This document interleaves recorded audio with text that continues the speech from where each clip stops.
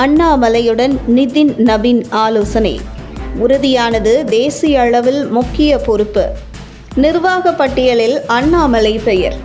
பாஜக முன்னாள் மாநில தலைவர் அண்ணாமலை பதவிக்காலம் முடிந்து தலைவர் பதவி மாற்றம் செய்யப்பட்டது. அண்ணாமலை தலைவர் பதவி மாற்றம் செய்யப்பட்ட போதே அவருக்கு தேசிய அளவில் முக்கிய பொறுப்பு வழங்கப்படும் என அப்போது மத்திய உள்துறை அமைச்சர் அமித்ஷா தெரிவித்திருந்தார். ஆனால் தமிழக பாஜக மாநில தலைவர் மாற்றம் நடந்து பல மாதங்கள் கடந்தும் இன்னும் அண்ணாமலைக்கு தேசிய அளவில் எந்த பொறுப்பும் வழங்கப்படாமல் இருந்தது பல்வேறு விமர்சனங்களுக்கு உள்ளானது.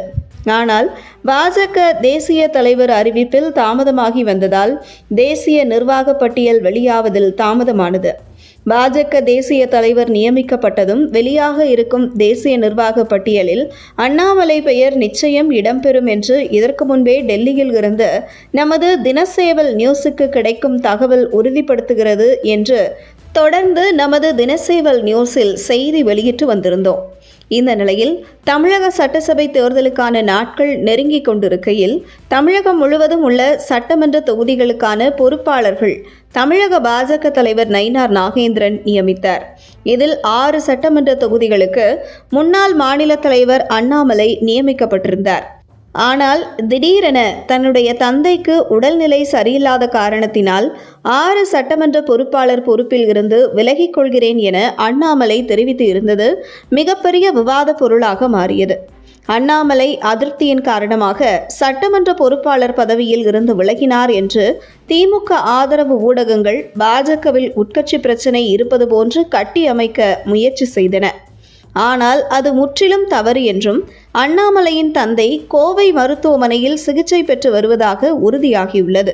இதன் காரணமாக தன்னுடைய தந்தையை உடனிருந்து கவனித்துக் கொள்ள வேண்டும் என்பதால் சட்டமன்ற பொறுப்பாளர் பதவியை துறந்து இருக்கிறார் அண்ணாமலை என்பது உறுதியாகியுள்ளது. இந்த நிலையில் பாஜக தேசிய தலைவராக நிதின் நபின் நியமிக்கப்பட்டுள்ள நிலையில் பாஜக தேசிய நிர்வாக பட்டியல் தயார் செய்யும் பணி இறுதிக்கட்டத்தை எட்டியிருக்கிறது. குறிப்பாக தேசிய தலைவர் நியமனம் அறிவிப்புக்கு முன்பே தேசிய பொதுச் செயலாளர், தேசிய துணைத் தலைவர் போன்ற பதவிகளுக்கான தேசிய நிர்வாக பட்டியல் ஏற்கனவே முடிவு செய்யப்பட்டு விட்டது என்கிற தகவல் வெளியானது. தற்பொழுது இறுதிக்கட்ட பணிகள் முடிந்து விரைவில் பாஜக தேசிய நிர்வாக பட்டியல் வெளியாக இருக்கிறது. இந்த நிலையில் பாஜக தேசிய தலைவர் நிதின் நபின் சமீபத்தில் அண்ணாமலையை தொடர்பு கொண்டு ஆலோசனை நடத்தியதாக தகவல் வெளியாகியிருந்தது. அதாவது தேசிய நிர்வாக பட்டியலில் இடம்பெற்றுள்ள அனைவரையும் பட்டியல் வெளியாவதற்கு முன்பு தொடர்பு கொண்டு ஆலோசனை நடத்தி வருகிறார் நிதின் நபின் என உறுதிப்படுத்துகிறது டெல்லி வட்டாரங்கள். அந்த வகையில்தான் அண்ணாமலை தொடர்பு கொண்டு நிதின் நபின் ஆலோசனை நடத்தியதாக தகவல் வெளியாகியிருக்கிறது.